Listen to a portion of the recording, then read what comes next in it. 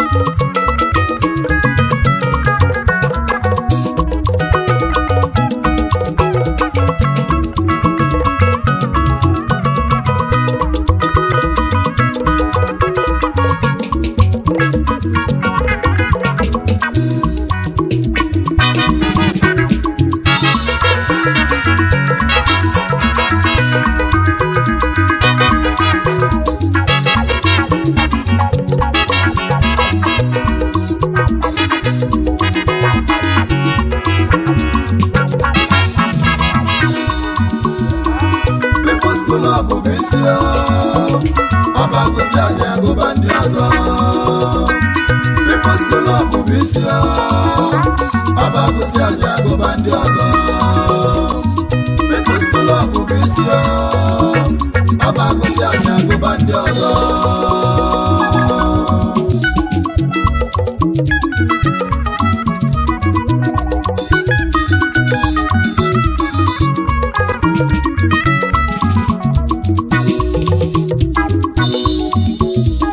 Anyị na-ekwu maka fa na ọ bụ People's Club International Toms River branch na New Jersey, America. Ofu obi na ịfụnanya na ọlụ dị mma ka fa ji aga n'ụlọ. Anyị jee mkpa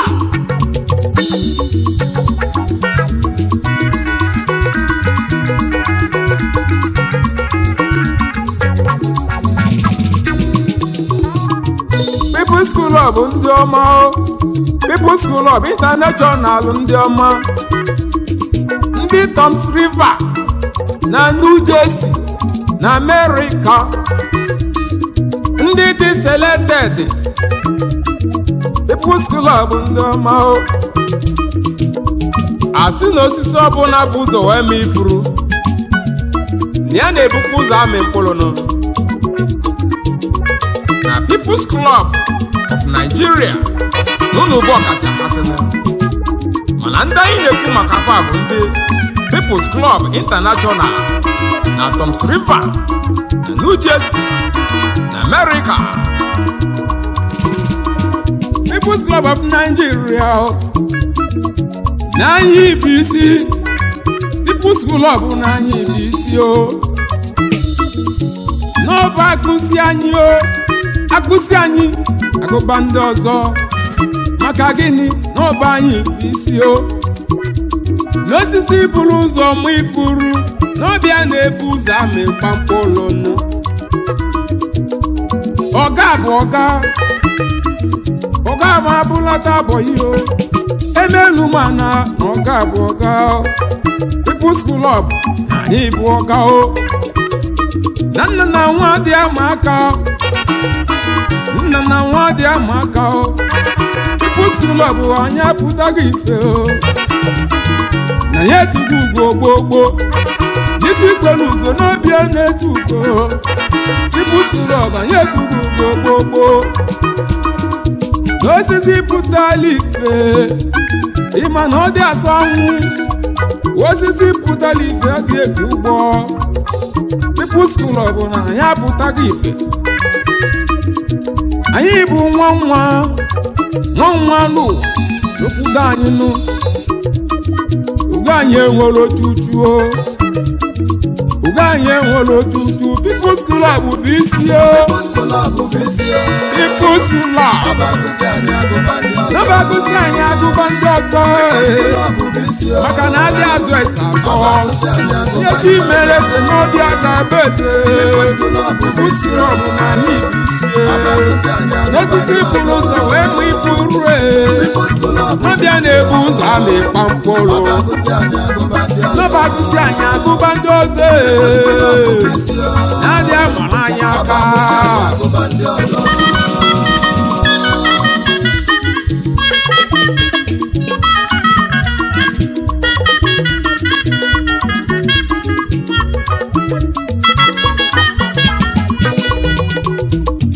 People's Club of Nigeria anyị ejegwu ụwa niile, anyị erugo ụwa niile.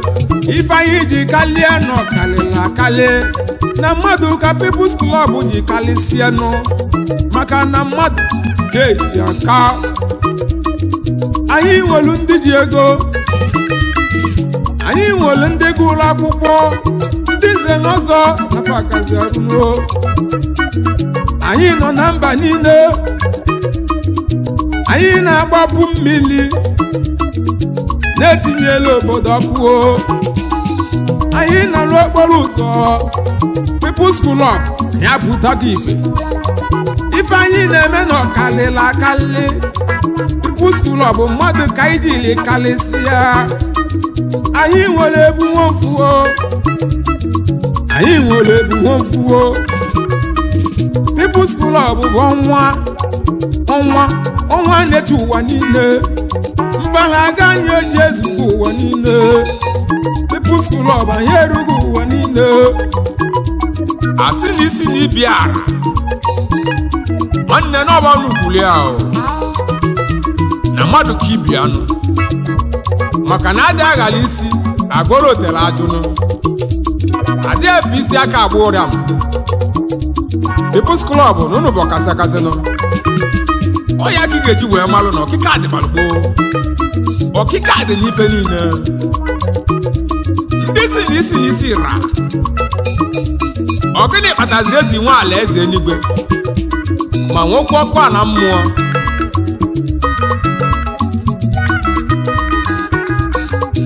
People's Club Tom's River Branch na New Jersey na America. Afọrọ mụnụ n'anya, omume unu nọ na-amasị m, omume unu nọ na-asọ m ụsọ. Na fabi na America mmanụ uche fa na-edutezi ụlọ. People's Club uche unu na-eru nọ. Ndị Tom's River Branch unu bi na America mana unu ma n'ebe unu si bi etokazi. Ndị ọma People's Club Tom's River Branch unu nwa ka obere agụ n'ọstra nwa egbu ọmakwa wee bịazie maka na unu bụ isi ada amara unu aka the selected men. Anyị ekele unu People's Club. Anyị jee sawa oyi. People's Club ndị ọma People's Club bụ isi ebe agụsị anyị agụba ndị ọzọ. People's Club anyị eturu ugbo osisi bụrụ ụzọ mụ ifuru n'ọbịa na-ebu ụzọ ama ịgba mkpụrụ. People's Club na anyị bụ isi mmiri na ọ dị ata chacha. People's Club na anyị bụ isi People's Club Tom's River Branch Obereagu na New Jersey ndị ọma unu ka Obereagu egwu ọma. People's Club na ndị amarụ na aka agwa unu n'elu amarụ mma n'obi. People's Club bụ isi People's Club anyị bụ ọga ọga na nwa bụ ya dị ama aka ebe nụwa na ọga bụ ọga ọ bụ agụsị anyị agụba ndị ọzọ.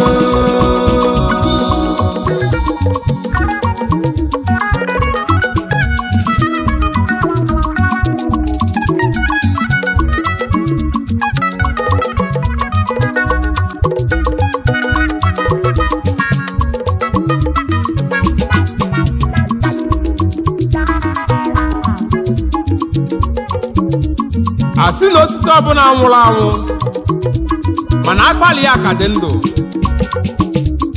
na ya mbụ osisi anwụberọrọ maka ofu ụbọchị n'oge si na-akpali ya wee bụrụ omenu iji gosi na ya mbụ osisi anwụberọ ezi onye anyị na-ekwu maka ya late Chief Titus Umezuoke Onyema one of Amishi, founder, first president, trustee, and patron, People's Club International, nke Nigeria. Na mkpụrụ osisi kụrụ n'ọgbasasịgo ụwa niile anyị ma niile ezu ike n'obe aka Onyenwe anyị. Anyị na-asị gị continue to rest in the bosom of the Lord.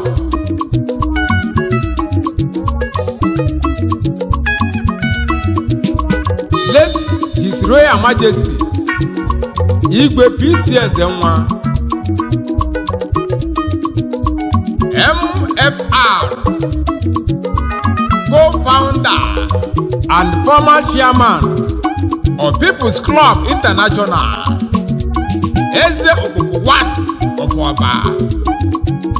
Ka Chineke nabata mkpụrụ obi gị n'udo na ndokwa, maka na mkpụrụ n'okpuru n'opugo ome. Honorable Chief Dr. Sir Joy Lonza Ezugonna Nojoto, National and International President, People's Club International nke Nigeria. Onye ọma na anyị kenelu gị. Honorable Chief Sapoli Uba Ugeji eje mba wanu n'ishi n'ugbo mmiri, National Vice President, Chairman Emeritus, Princeton Branch, Dino Dozie Akogi, Lolo Lady Priska Oba, nwanyị ime obi dị ya. Obereagu Nostra nwegbu omeke n'ụnụ. Unu so na People's Club International. Chief Dr. C.N. Ude JP Ebekuodike Ogene Orifite, Second National Vice President, People's Club International. Onye ọma bilikwa o.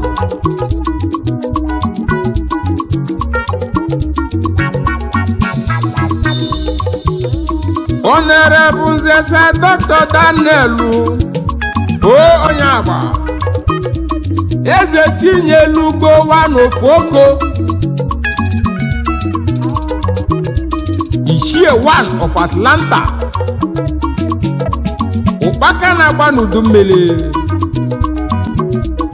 Iso na People's Club International nke Nigeria. Anyị ekene gị o.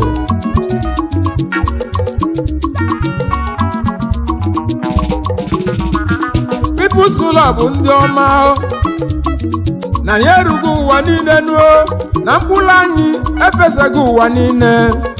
Mkpụrụ anyị ya na ya erugo ụwa niile. People's Club bụ nna nuo na-ada mara anyị aka. People's Club o na anyị bụ ọga o. People's Club n'ọbụ anyị bụ isi o. Anyị bụ isi mmiri, n'isi mmiri ata eziokwu nwanne na anyị bụ isi o. People's Club na anyị bụ isi. People's Club bụ isi o. Anyị bụ isi o. Ọ bụ agụsị anyị agụba ndị ọzọ na-ada amala anyị aka. anyị bụ isi agụsị anyị agụba ndị ọzọ agụsị anyị agụba ndị ọzọ People's Club anyị bụ isi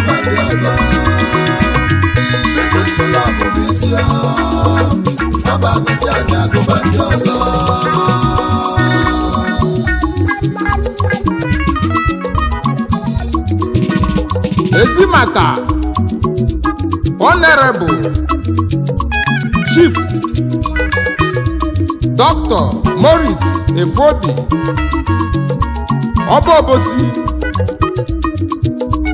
dị n'Oriakụ gị Iyom Chief Mrs. Rachel Efodi okwesịrị eze nwanyị ọma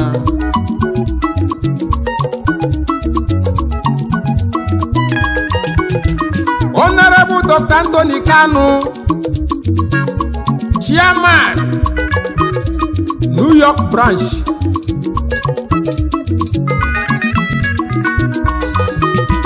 Nwoke akpa eje mba 1 dị n'odozi akụ gị Dr. Mrs. Ngozi Kanu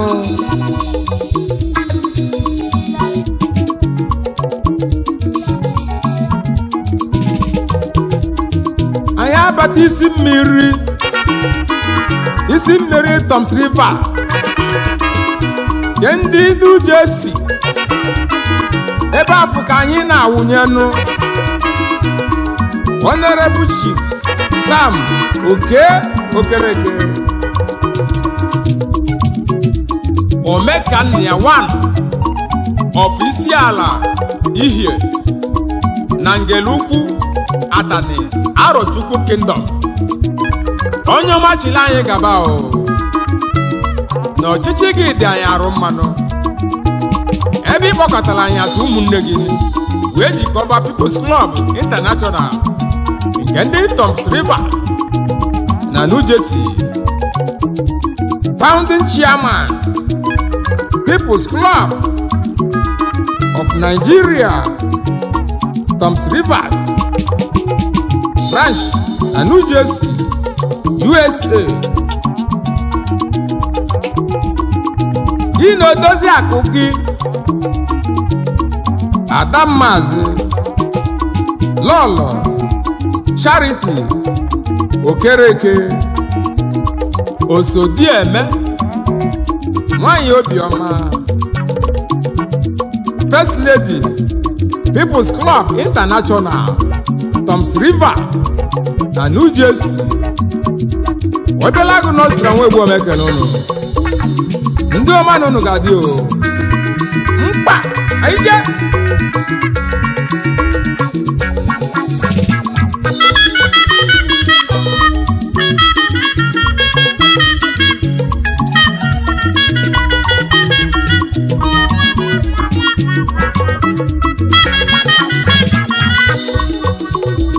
Honorable Sakani Singobiti esi nwanne n'oso wee bili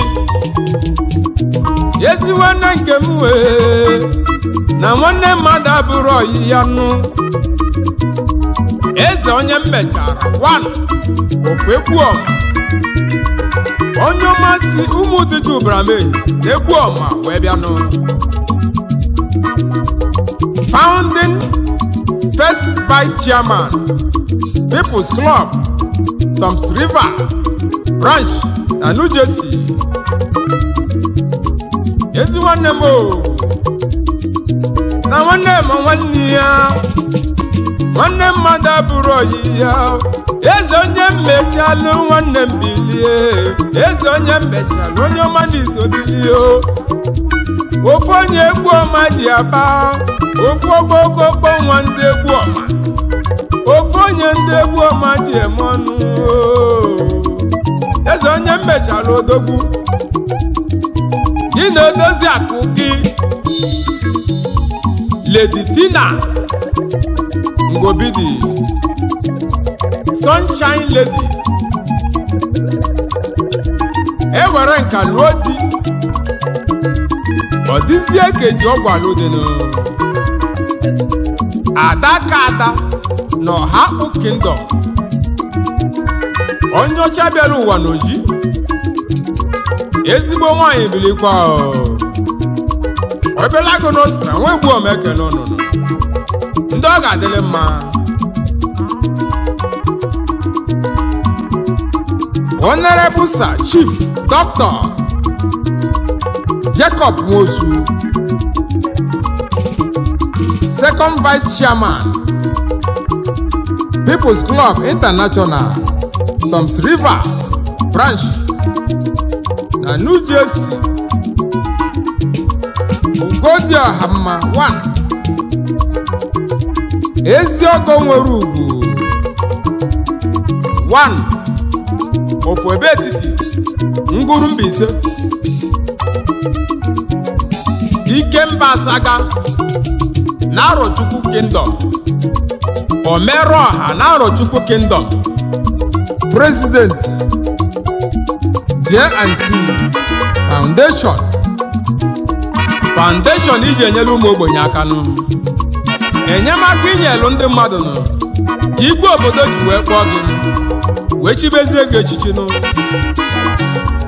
maka ndị na-enyere aka n'obodo karịrị akarị ụmụazị na-azụ n'akwụkwọ ma ndị na-enye scholarship n'obodo gị nọ ya mere obodo ji wee gbakọ aka wee chibezie gị echichi odogwu buru ebu bulikwa gị na odozi akụ gị Lady Chief Dr. Theodora Mosu Asharugo Abieturugo of Obetiti na nguru Mbaise, Ugodia of Arochukwu Kingdom, Honorable Mazi Aloysius Kanu Akuruno Nomekoku 1 of Atane, Arochukwu Kingdom, Treasurer, People's Club International, Toms River Branch, ndị na-odozi akụ gị Adammazi Anastasia Kanu Noha, ezi nwanyị eji eje mba, Panwụrụ Foundation eji enyere ụmụ ogbenye aka Aloysius and Anastasia Foundation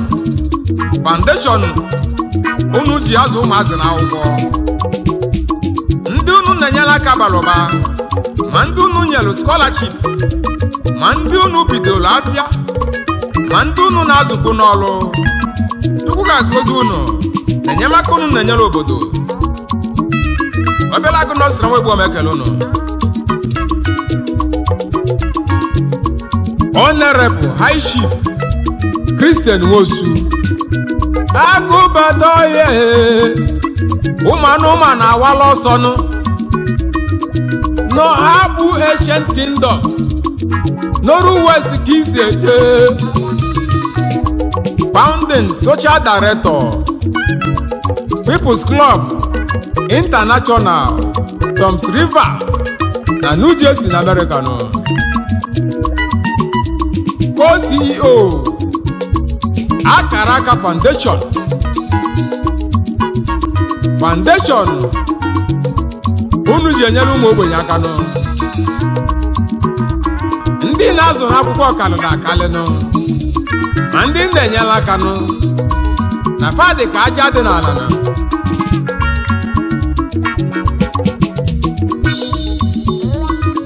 mba na-abalagu n'ọbụ na nkịtị n'anya fụrụ agụ na ọ ga-agbalịrị ọsọ agụbata ezi oyi n'ịga dị gị na odozi akụ gị Lọlọ Ucheọma Lilian Nwosu Ugodi ya nwanyị ọma n'Ọhakpụ Ancient Kingdom Noru West n'Imo Steeti ka unu si eje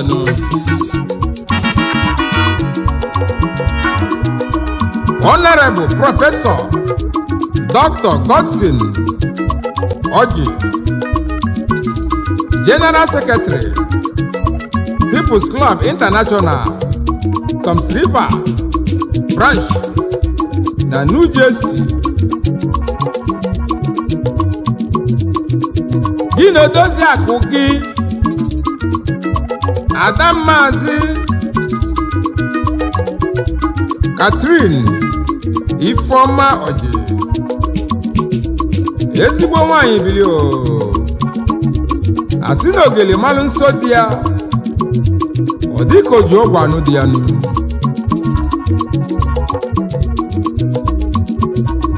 Ezi maka Honorable Mrs. Ụzọamaka onye ukwu,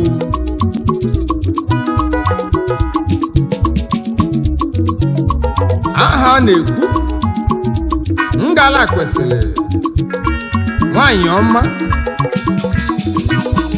Iroko 3 of New Jersey na USA. Ikuku ama n'ọnya, nwanyị mara mma.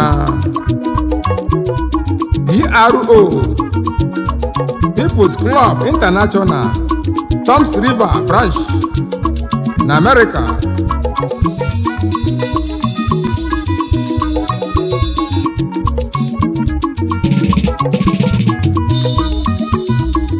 People's Club bụ isi o na anyị nwelu mmadụ kalịsịa ndị na-enyere obodo aka, ndị na-eme mma n'obodo, ndị na-emere obodo ifedu. People's Club bụ isi o na-ada amala anyị aka. Ezi maka Maazị Honorable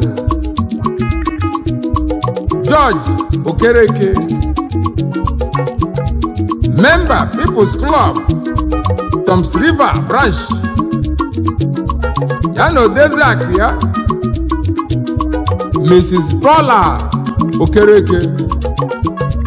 Ndị ọma nọ n'ụgadị o.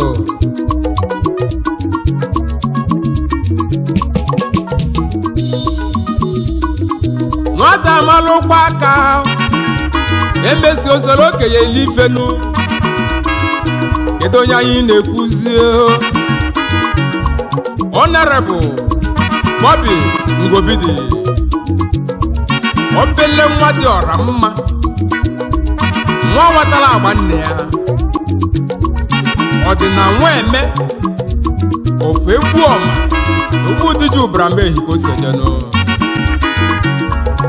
Ebu Financial Secretary, People's Club International, Toms River na New Jersey. Gị na odozi akụ gị Mrs. Nnenna Ngobidi, nwanyị ọma bilio. Honorable Nelson Ifeanyi Ọba, Member People's Club International, Toms River na New Jersey Branch. Honorable Dr. Sapor Nwosu, Member. Gị na odozi akụ gị Lady Felicia Nwosu, unu so na People's Club International ndị Toms River.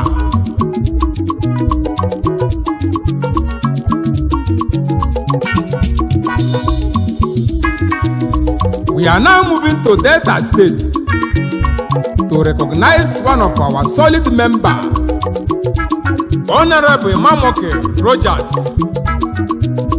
the Omoite, one of Enwe Kingdom, Nisoko, Delta State, with his lovely wife, Love Omoite, Beauty Rogers. Written from People's Club International, Toms Rivers, and New Jersey. Kezi maka Honorable Chief Sir Benjamin Chukwugozie m Onwegwu mmeri na-ezoro ọra 1 of Amiri oke osisi aka n'obi 1 of Bahazụ Amiri Ancient Kingdom Obiokome of Igbo Land onye ọma na People's Club anyị ekene unu Chief Emmanuel Okolo onye ọma na Isobili Ima Odogwu of Amọba kenelu m lọlọ gị Adammazi Grace Ụzọchukwu Okolo obi dị ya nwanyị ọma unu so na People's Club International Toms River na New Jersey ndị ọma bilikwanụ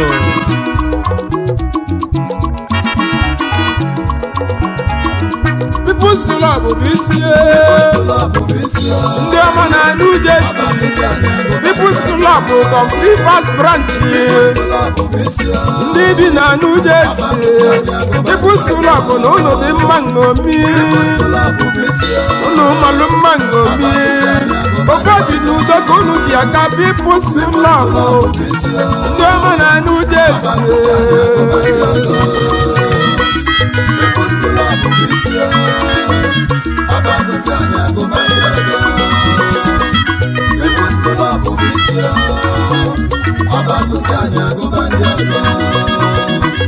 People's Club